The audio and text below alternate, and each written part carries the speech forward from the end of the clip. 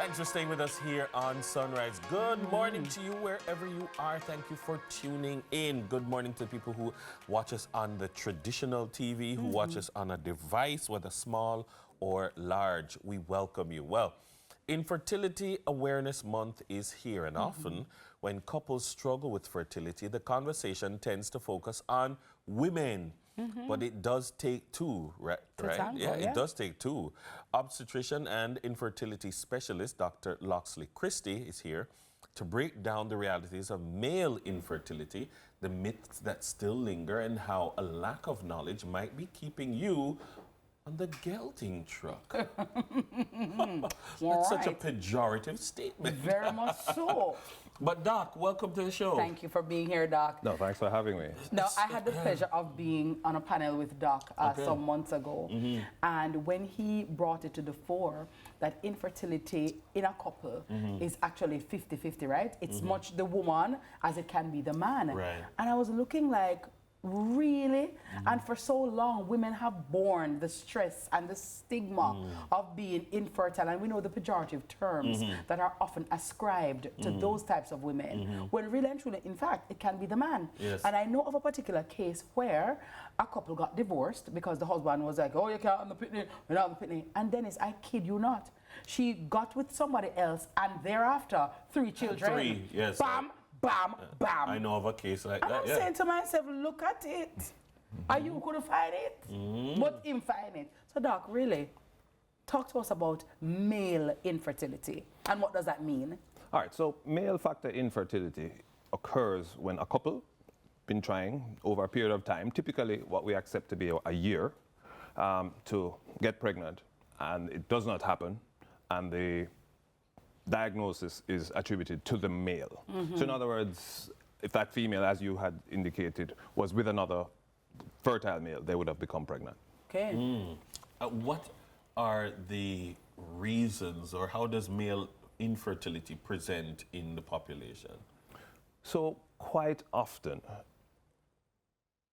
well, there aren't necessarily symptoms, but if you've been trying, if you've been having unprotected intercourse, and a lot of people don't realize they're trying, you know. They're having intercourse, it's not protected, but they're in their mind, they're not trying. But if you've been having unprotected intercourse for over a year and you haven't gotten pregnant, somebody pregnant, And you're not on contraceptives. and you're not on contraceptives, then there is most likely a problem. But at what point do you attribute it to the male? That's what I'm saying. How do you say it is here is where the challenge is? So for all couples who are being investigated, and I want to emphasize all couples, because the typical scenario is that the woman will present, as you had quite rightly suggested, the woman will often present assuming that it's them. Yes. Society places a burden on them, and Yes. they often are subject to abuse and to ridicule. But if they present, we always investigate both members of the couple. And by investigating, you mean coming to a fertility clinic or coming to where? So it doesn't have to start with a fertility clinic. We do have a specialist fertility clinic in Jamaica at the Hugh Winter Institute. But that being said, just go to your doctor. Start with your general practitioner. You can go to your urologist or your obstetrician gynecologist. Right. And so we'll take a history, looking for signs and symptoms based on birth defects or history like smoking, use of social drugs, smoking, alcohol, and by smoking we mean both tobacco and cannabis or marijuana, diet, just other lifestyle diseases, other chronic diseases also may clue you in. After that, we'll do an examination looking for any obvious abnormalities in the male. But the common test that we usually use, all roads typically end at a semen analysis. Okay. And so it's a case of like what we hear about low sperm count. That is the typical cause of male infertility? So, that's the one that's bandied about. But a semen analysis looks at so many other parameters. So, for example, we look at volume. Volume may be too low or too high. Typically, we expect 2 to 5 mils of semen or ejaculate. Yes. 5 mils would be a teaspoon. So half a teaspoon to a teaspoon is typically accepted as normal. The quantity of sperm is important. So we expect at least 15 million sperm per mil of ejaculate. But if you have 100 million and the sperm aren't moving well. If you think of it, when the sperm is deposited in the vagina, it has a marathon to swim before it makes it to the egg in the tube. Many soldiers start the battle, And don't few get to the finish it. promised land. All right, so motility is important. Yes. Not only are they moving, but they're moving forward. You also look at the morphology, how they appear. What a lot of men don't realize that a lot of the sperm that are produced are actually abnormal. If you go strictly by definition, probably only 4 to 5% of sperm that a man ejaculates will be normal. So a lot of men are ejaculating, but they don't have any viable sperm in that ejaculate. Either not enough or not in, or none at all in some men. So, Doc, how quickly can this diagnosis be attained or ascertained? So a gentleman says, okay, our couple is having difficulty. The woman goes to her obstetrician gynecologist. Man goes to the urologist, does the semen sample. How long does this take to be diagnosed, and what's the cost of something like that? All right, so a semen analysis can be done typically within 24 hours. So depending, so certainly at our lab, and we have a specialist lab. I might be a little biased here, but we happen to have 3 of the best embryologists in the entire world. Yes. So they will collect the sample, they will examine it right away. They will do a sperm preparation. In other words, they eliminate the bad sperm, and then they will resuspend this, test this sperm again, and observe it for up to 24 hours. Again, as I said, when sperm is deposited in the vagina, it takes days before it actually gets to the tube. So if you just look at sperm as it is right now, that might not be reflective representation, of what yeah. happens. Yeah, Right, so yeah. you can get a result within 24 hours. And the cost? And the cost is typically going to be probably $4,000 or $5,000. I'm probably the worst person to ask costs. I don't keep numbers in my head. But it's really not that expensive if you consider, certainly, the importance of the results. Is it possible to remedy the situation? Oh, absolutely. Yes. Absolutely. And, you know, a lot of times we think of the expensive and the high-tech solutions. And the truth is, less than 5 to 10% of couples who face infertility require all the high-tech stuff like IVF and IUIs. So simple things like just lifestyle disease. Yes. So, for example, a study done at our center showed that men who smoke excessively, use marijuana excessively, are more than 2.5 times more likely to have abnormal sperm. So you mean sitting on the corner, smoking weed, drinking rum and boom, that's not necessarily a good thing? Right, everything is in moderation. So Yeah. I'm not trying to, I don't want those companies after me. You know? Yes. I'm not saying that you can't. I'm just Yes. saying moderation. Yes. So people who use moderate to high amounts of these substances Yeah, those are the people I'm were talking about. found to have Lower sperm significantly lower sperm quality, morphology, volume. Motility. Absolutely, and that can impact.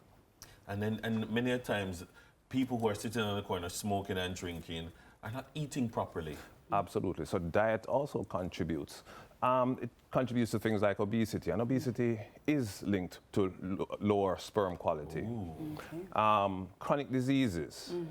So by controlling your hypertension, your diabetes, if you think of it, for you to have an erection, it's going to require blood getting to the penis. If you have hardened arteries, and that's just not going to happen. So just Right. by controlling your chronic diseases, those things, that's not an additional cost, if you think of it. There are other causes too. I mean, certainly things like birth defects. You know, a lot of times we think of women having blocked tubes. Men can have damaged tubes too. Sexually transmitted infections, gonorrhea, and those sort of things can damage the tubes that transport the sperm. Viral infections can affect things like your epididymis. Those are some little coiled tubes where the sperm mature outside of the testicle. Just being exposed to things like mumps, COVID, all of those things.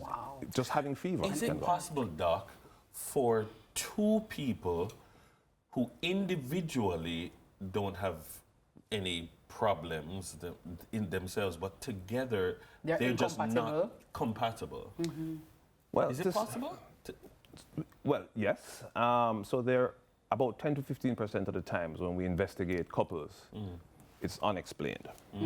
So in other words, you do all the tests that you can do and you just can't find a reason. So yes, it is possible. Because I've also seen cases where the man and the woman, they're not having kids, and one will blame the other, and they split up, and the woman has children with somebody else, and the man has children with somebody else. Right. So again, Their body allergic. Their body allergic to one another. there are such things as sperm antibodies, Yes. but you tend to find that those aren't very common causes. Okay, okay. And the good thing is that even if those are the possible diagnoses, that's actually relatively easy to overcome. Finally, may I just ask, because sometimes we hear about, male infertility, and you normally think, oh, the older men, or the old man them, or the big man them. Does male infertility, have regard to age, or it can happen in your 20s, in your 30s? It doesn't really matter. It says not just the old man them or the big man them. Oh, absolutely not. That's a really good point you raised. So that you can have issues with infertility from birth. There are certain birth defects that you can be born with. Up to 40% of the times, there's actually a chromosomal or a genetic cause. So it was pre-programmed. As you get older, there are certain factors that will come into place. So if you've been a person who's been smoking heavily for 10 years is likely to have more problems than somebody who's been smoking for 1 year. And the good news I should tell you is that those are things which are easily reversed, and that doesn't cost you any money. By just stop smoking, you can see an improvement in your sperm quality within 3 months. Oh, wow. The simple things like that. So as you get older and you've been exposed to more and more environmental toxins, smoke, pollution, lots of things can impact as you get older. So it may not lead to infertility necessarily, but it can lead to poor sperm quality. Yeah. Where is the Hugh Winter Fertility Center located? So we are located at the University Hospital of the West Indies. And and that's a specialist center dedicated to helping couples achieve their fertility desires. We've been doing it for years, and it's our pleasure actually to participate in this month. It's not only is it Infertility Awareness Month, it's also Men's Mental Health Month. And we know the psychosocial impact of infertility on couples, men and women. So it's not just a woman thing, but men suffer from it also too. Men have pretty bad names also too, you know. All right, so it affects everyone, right? And if you also think of it, we have Father's Day coming up. Yeah. And every Father's Day, you can think of the pressures that it's going to be putting on the males who are who don't have children. Real man. Right. Yeah. So what we want to do is have the opportunity, and we really thank you, team, for hosting us, is just to allow us to talk about it, to try and get rid of the stigma and have people come out. Let's do the tests. Let's see if there's a problem. The earlier you present, the earlier we can help you. Indeed. The cheaper it will be, the easier it will be, and the quicker it will be. Thank you so very much, Doc, and that's no quickie around here. Dr. Loxley Christie from the Hugh Winter Fertility Center, located at the University of the West Indies, and one of the best in the region. He is an obstetrician and infertility specialist, and we want to thank you so much, Doc, for sharing with us this morning. I'm quite sure that you've given a lot of our viewers, and us as well, a lot of food for thought, all right? Helping us check the facts. This morning in our morning checkup, after the break, it's all about scholarship opportunities and hard work being recognized. It's all about the JWN Foundation, and they're back for yet another segment of Fully Bright. So please stay with us.